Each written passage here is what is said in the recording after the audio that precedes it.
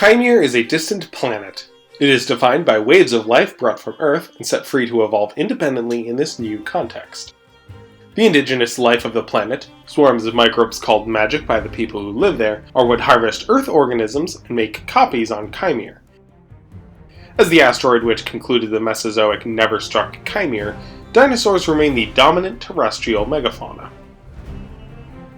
Though the dynastic extinction famously annihilated the giant tyrannosaur predators of the mainland continents, leaving a vacancy for smaller belosaurs, dromaeosaurs, and telodonts, and eventually megaraptorans to get large and assume the mantle. In other regions, the same extinction wiped out other large predators, enabling the ascension of new small clades to the role of apex predator. On an island chain in the northern hemisphere, which has been long isolated from the mainland and therefore the Great Portal since before the dinosaurs arrived, therapsids from the Permian dynasty made up a majority of the megafauna. The giant cynodonts died out at the end of the dynastic extinction. In the dense subtropical jungles to the southeast, a giant terrestrial crocodile arose to become the top predator. In the mountains of the west and open forests of the north, a new clade arose to rule the islands. Dragons. Dragons belong to a lineage of venomous therocephalians called aborfeltharians, which are for the most part endemic to the islands. The evolution of dragons from more basal aborfeltharians is actually fairly well understood, thanks to relatives scattered throughout the islands at varying degrees of evolutionary development. They are a sister clade to the hopping rabbit analogues abundant in the more open territories. Several arboreal climbers are found to make up the clade Draconiformes, which especially has high diversity in the warm crocodile jungles. These climbers are compared to monkeys and tree kangaroos by assembly naturalists, with a range of herbivores, omnivores, and predators. Gliding appears to have evolved fairly early in the clade's evolution, as early as 60 million years ago, with several lineages independently using this trait to get them around in the dense forests. From one lineage of gliding predators came powered flight, with wings supported by 2 fingers and 2 tarsal struts, enabling them to retain 3 mobile fingers, which they use to grab prey and climb about. Venom is potent throughout this lineage of aborfeltharians. It appears to have initially evolved as an injected toxin to debilitate prey from the ancestor of all aborfeltharians, though while early draconiforms took to the trees, it appears they quickly developed the ability to project venom out of their fangs.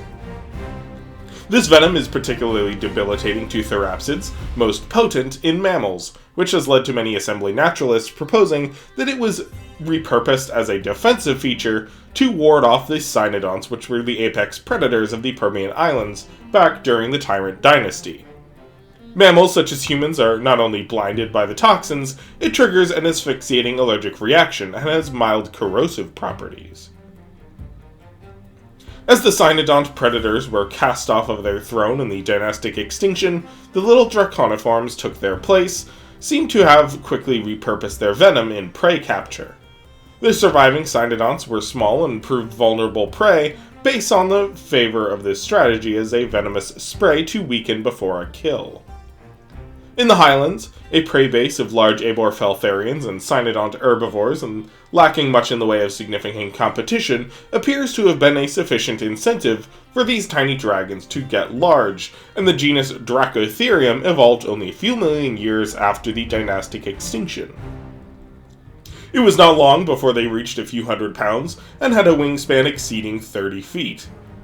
At this size and without hollow bones for air sacs, their flight was too inefficient to carry them far, but it was used to sustain short bursts of powered flight that they could use to find and then incapacitate prey with a venom before landing to make a kill.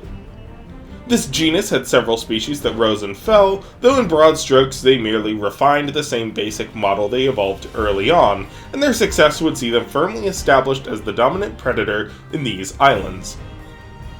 Only in the densest regions of the crocodile jungle did dragons avoid, enabling the bear crocs to hold on to their title. It was in this context that humans first arrived around 1 million years ago. As the assembly policy is to avoid contact, many details of the history of these people remain unknown, though review of ethnographies kept in the Great Library, many inferences can be made. At some point in the distant past, between 5 and 3,000 years ago, a civilization arose which led by a dynasty of witches.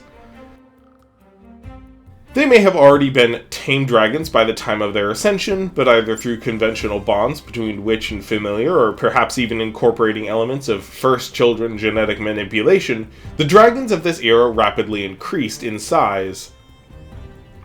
Witches could mentally bond with domesticated dragons they bred, connected to their own strain of hereditary magic, enabling the rider to communicate with the beasts.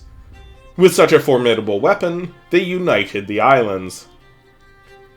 In their heyday, this civilization and their witch riders facilitated many breeds of dragon. Engravings and records from the Great Library suggest breeds specialized for war, sport, travel, and display. Even the most specialized breeds for distance flight could not cross to the Permian continent or Kyrule, but they could rapidly cover the length of the islands in a single flight. Based on an illustrated record of skull found in the Septenian ruins, the mighty sport bulls could have exceeded a wingspan of 100 feet and weight estimated at around 10 tons. With such impressive mounts, it is no surprise that this family of dragon riders conquered the islands.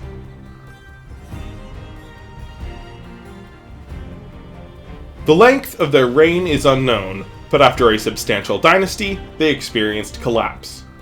The treatises of the Great Library claim it was due to revolution and famine, leading to a civil war between dragon rider factions. As the assembly is not permitted to investigate through communication or archaeological review, such claims can only be taken in their context as secondary and unverified sources. It should be said that the records of the Great Library are quite rigorous and reputable, so even if the information itself cannot be independently verified by the assembly, it's hardly conjecture or hearsay. While dragons became quite derived through their domestication, once the Rider dynasty collapsed, these dragons went feral and integrated with their wild relatives. Their greater size and enhanced attributes made some breeds quite successful, and soon a feral mutt became the standard dragon throughout the islands. Some regions see more of a particular breed passing down traits, such as distant flights of riders being quite successful in the southern prairies, and the greater size of war dragons being favored in the colder north, but ultimately, they are all the same species. Wild dragons are considered extinct, though many feral dragons, in especially their southern range, have a wild pelt and don't look tremendously different from engravings of wild predecessors. A persistent relic of domestication is coloration, and especially in the north, a mottled coat with red, gold, black, white, brown, and gray are quite common. There are some theories that the coat offers advantage. For example, perhaps a black dragon would be more successful hunters at night, while white dragons camouflage in the clouds, but this is probably negligible. They lack good night vision, so melanistic dragons wouldn't be able to put that coat to any good use, and while white dragons hidden in the clouds might still be seen in the long distance down toward prey. It seems that, at the end of the day, dragon coloration neither helps nor hinders their success in bringing down prey, so the dynamic coloration of domesticated dragons was not selected against, and therefore remains widespread in these feral predators. In the wild, male dragons were noticeably larger than females and had larger horns. These horns were primarily for display, although males do sometimes interlock with them during aerial duels for mating rights. Domestication threw these trends for a loop, and the size of males and females has a great degree of overlap, and both sexes have horns that range in size and shape. In the broadest terms, the largest dragons with the largest horns are still male, and males are often possessing a larger mane, yet it must be said that overlap still exists. As mentioned before, skeletal remains in abandoned temples show that the largest dragons, presumably bred for sport, would have reached as much as 10 tons and had a wingspan far exceeding 100 feet. Such dimensions speak to a predator with nutritional demands which could only be satisfied by a sufficiently affluent civilization. Without throngs of worshippers feeding them, it is almost certain that they could not hunt enough food to sustain themselves. The largest dragons today rarely exceed 3 tons and a wingspan of 60 feet. Blackmane, largest known dragon in the northern islands, was estimated to weigh a staggering 4 tons and have a wingspan over 70 feet, yet still falls far short of the great lords of the Dragon Rider dynasty. Their diet varies by location. They are generalist carnivores and will readily adapt to any prey in regional abundance. Their flight makes them faster than a terrestrial animal in their habitat, so prefer cursorial game, as navigating even open forests in the north is quite difficult. There are herds of Aborfaltharian and Cydodont megafauna throughout the islands, and the next largest predator in open terrain is the saber-toothed jackal that rarely exceeds 100 pounds, and humans that avoid dragon country, so dragons do enjoy exclusive access to many of these herds. Cannibalism is well documented amongst dragons. Adult males in particular will readily kill and eat competitors. It seems this may be a competitive pressure to keep them large even though their small, wild dragons could get by on much less food. Another trait that domesticates seems to have passed on with great success is variability in venom coloration. Amongst wild dragons, their venom spray ranges from lime to a deep green. This saturation appears to be somewhat controllable, as attack spray is usually less saturated than deeper colors in courtship. Perhaps this reflects for more coloration and less lethal display. As part of their courtship display, males and females project clouds, and in domesticated dragons, a wide spectrum of colors can be found, usually ranging from blue to gold, if not the ancestral yellowish green, though some incorporate red to make a violet or orange. The mechanism by which venom is dyed is unknown. According to great library treatises, the lethality and production rate of venom is greatly increased compared to wild dragons. Although there's no way to test this given the extinction of wild dragons, the many secondary venom glands and swollen nature of these glands recorded in library treatises, especially around the mating season, certainly exceeds their needs in hunt every few days. The venom does have a degree of mild predigestive corrosive properties, dealing damage to any organic compounds it connects with, though therapsids and particularly cynodonts and mammals experience a potent allergic reaction to it, with a rash and welts on skin contact and swelling of the whole respiratory system.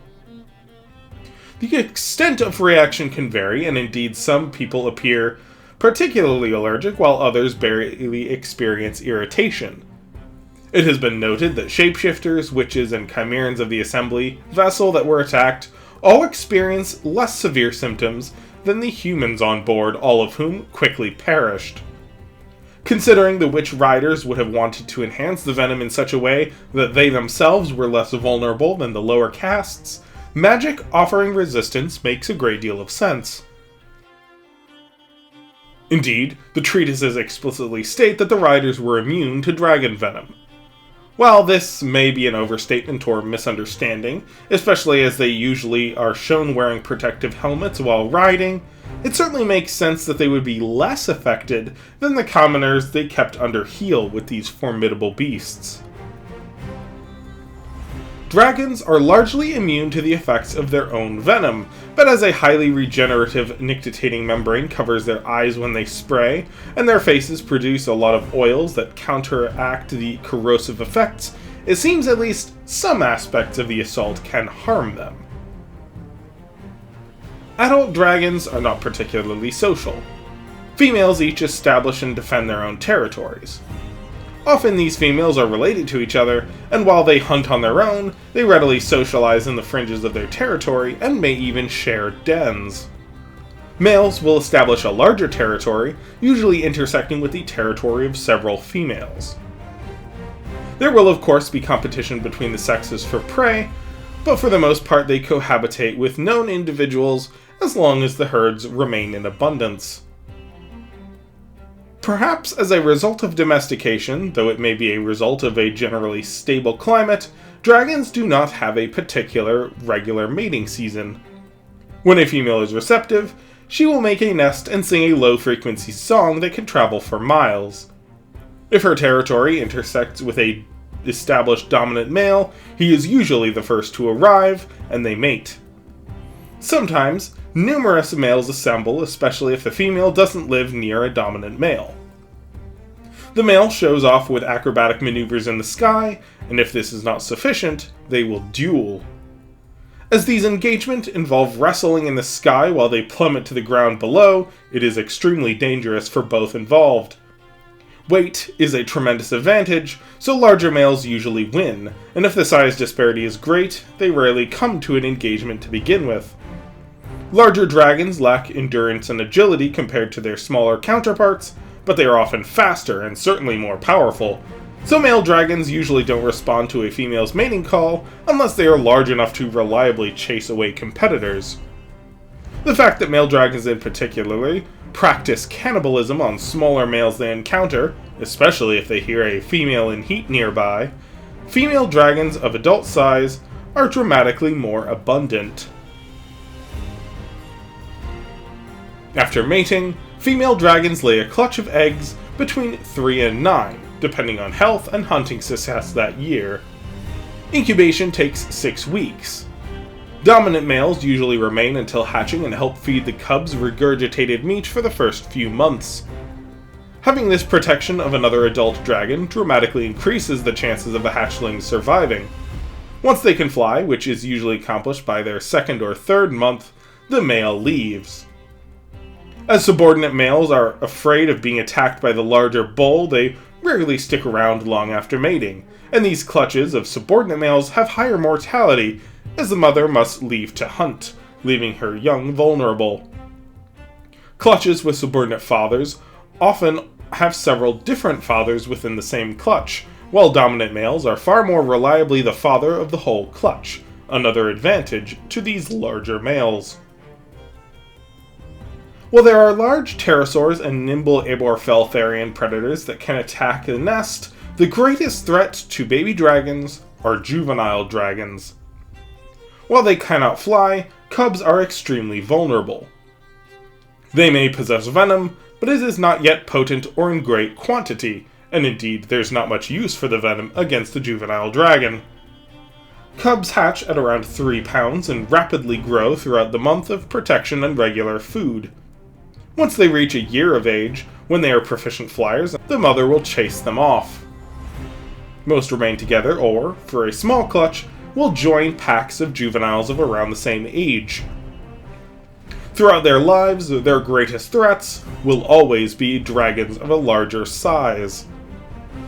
They won't reach skeletal maturity and slow growth until their late teens, and throughout this adolescence they are often quite socially complex, living in highly dynamic groups of dragons generally around the same age.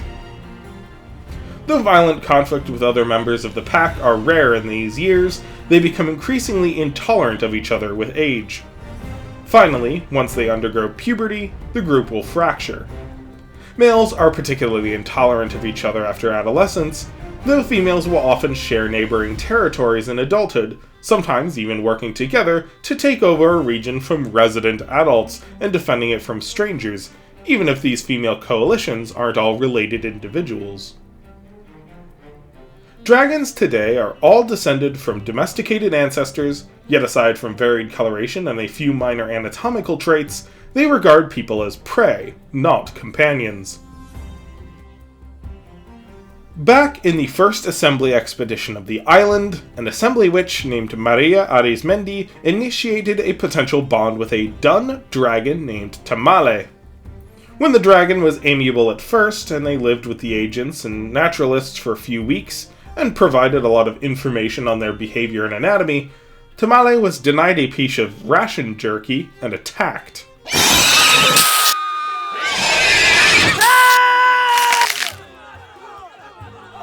Dr. Lance Jones, Arizmendi's advisor, was killed by a blast of venom as he tackled Maria to the ground, and several other witches and naturalists were severely injured by the young dragon's venom, bite, or kicks from her clawed feet. Tamale was driven off by the agents, armed with a few rifles, and while no shots were confirmed kills, the dragon did not return. While the Assembly cannot interact with peoples of Kaimere, a historian from the Great Library named Ra Lon Krush has studied the peoples of the island and helped the Assembly with their own aspect of understanding the islanders. There are several human civilizations, each with their own connections and opinions of dragons, which Ra Krush studied and explained to the Assembly. Dragons are generally regarded with distant reverence or outright contempt.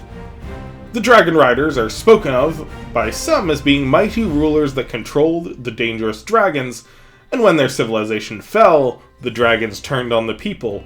Yet others despise the memory of the Riders, calling them great oppressors who deserved their violent demise and were more monstrous than the beasts they rode upon. It is fair to say that wild dragons were formidable, yet ultimately conventional predators.